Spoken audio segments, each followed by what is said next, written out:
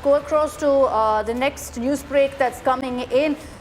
Russian President Vladimir Putin speaking to UAE's president. The Russian president has discussed the current situation that's playing out in the Middle East with UAE. Putin, remember, is one of those leaders who's condemned US and Israel's action against Iran, has also condemned the killing of Khamenei. But what exactly does this mean? I'm curious to know at this point, Sandeep and Gaurav, how the Middle East and Gulf countries are reacting. Are they on Iran's side in the sense, are they condemning the strike that took place, or are they condemning Iran for these counterattacks that are taking place?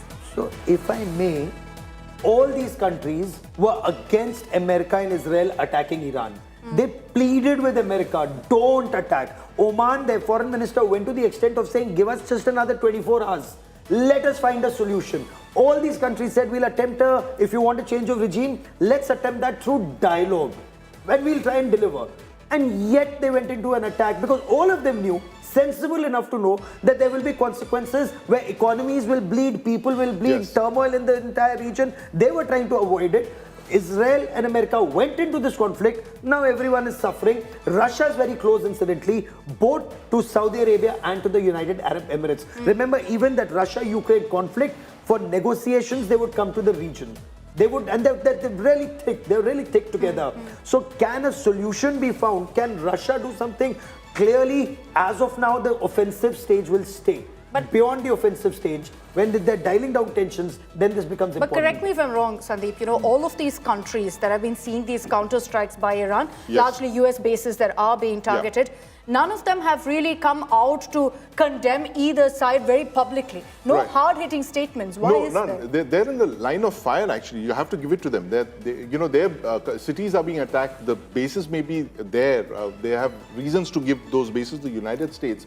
But it's now their citizens that are in the firing line, and they would be deeply concerned. Look, Israel has some of the most heavily defended spaces on Earth, right? They have the kind of almost impregnable missile defenses.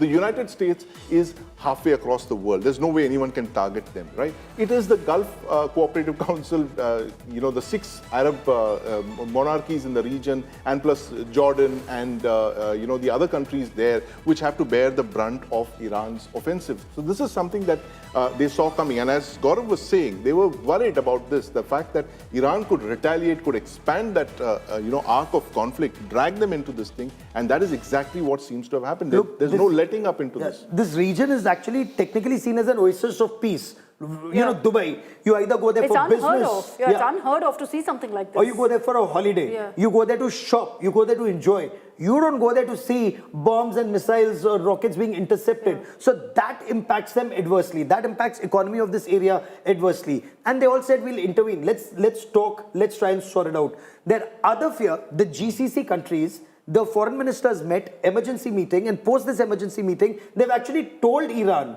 stop, don't target us, or we will have the reason to target you, and let's not escalate. The Saudi foreign minister summoned the Iranian ambassador and told him that you're attacking a brother Islamic country. You shouldn't be attacking a brother Islamic country when we haven't attacked you. So this is where Iran, despite getting sympathy from these countries, actually escalated and could well then be making them an enemy. Okay, so then in which case we could see Iran completely alienated as well.